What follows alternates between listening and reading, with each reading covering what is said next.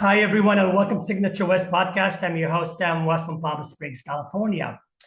So, I get asked these two questions all the time um, at dinner parties, at coffees, wherever I go. First question is, when is the best time to sell my home? Very good question, by the way. When is the best time to sell my home? Depends where the home is. If we're talking about the East Coast, for example, winter, not a good time to go jump around.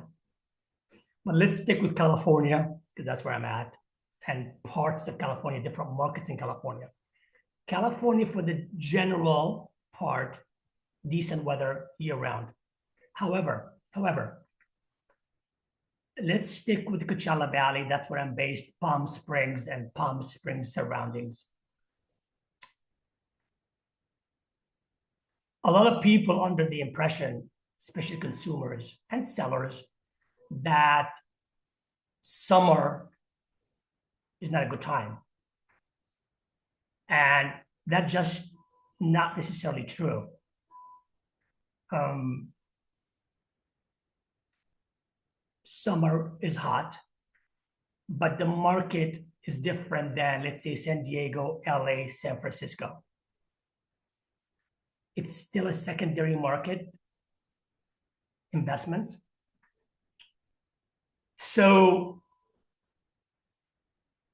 yes, we slowed down in the summer because a lot of people that are seasoned, they leave, they go back to where they came from, Canada, New York, the Midwest. So, in general, the hotel industry, the restaurant industry slows down, there's less demand. However, people that are looking for homes year round, they still drive from LA. They still drive from San Diego. They still flying from San Francisco. They still flying from New York for the week, for the weekend to look at properties and then go back to where they, going to spend their summer. Ironically, from my experience, the slowest months from November through December. And technically, we're very busy with tourism. The weather is insanely great. So why are we not busy in real estate? I had a conversation with a very, very successful team here in Palm Springs. Their best month last year was September. They sold $100 million worth. They made $100 million in sales. September is still summer. September, go back to school. September, people get adjusted. September. That was their busiest month. So consumers have this idea about trend. Okay, summer's too hot, it's going to slow down. People have this conversation with themselves and they end up making a story out of it. For example, in LA, when I worked from 1991 to 2015, agents got used to the idea or began practicing not to take any listings come November through the first of the year. Why? That just started and it became a trend. So now they take listing after the first of the year, which people are still coming back into from vacation, and they're still adjusting. So it becomes almost the mid of January, end of January. By the time it gets marketed, it's February. So 3 months are missing. 3 months are missing. That's LA. It's a trend. I never understood it because you just need one buyer. Let's go back to Palm Springs and Coachella Valley.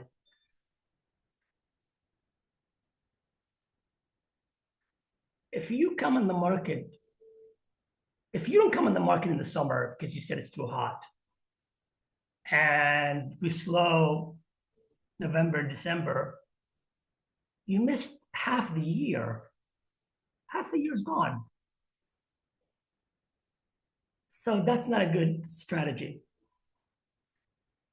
Now, why is the summer good to sell, in my opinion? Competition is less. Inventory is less because people are following that trend. So it's less to compete. Your house would stand out more. And all you need is one buyer. So my answer is to people when they ask, when is a good time to sell?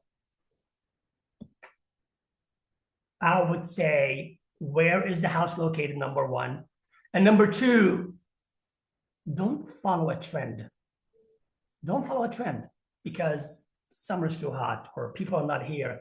They're not here, that's fine. But there are still people that are here and working.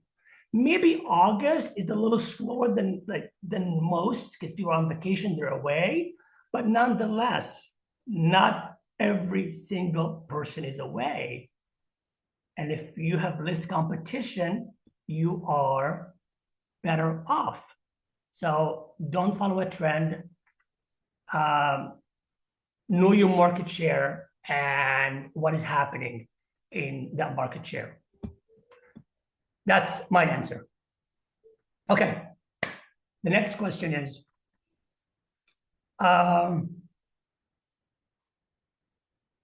what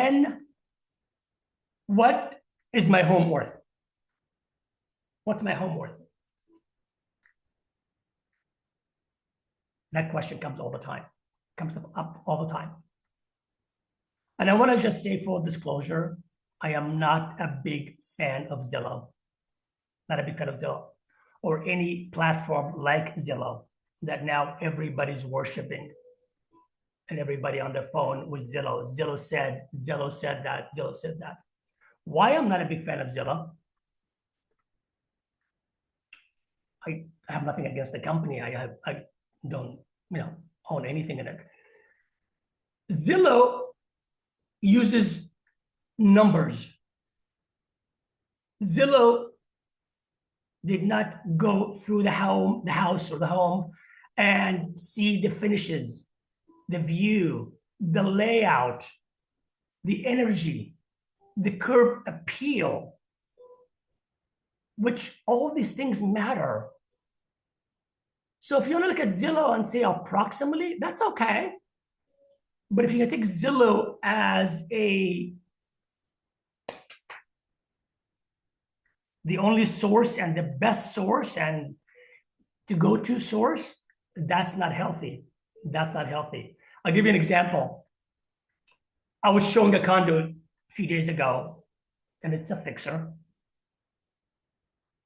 And client walks in, my buyer walks in. I met him there. The first thing he says to me, Zillow said.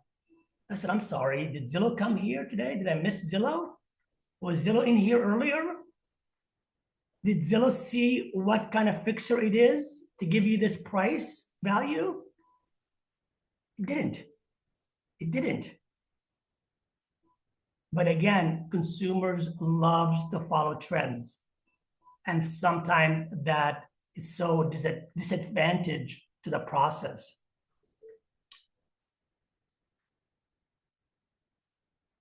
How do you know what your home is worth?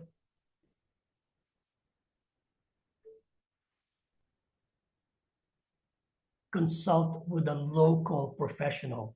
Local professional. What do I mean by that?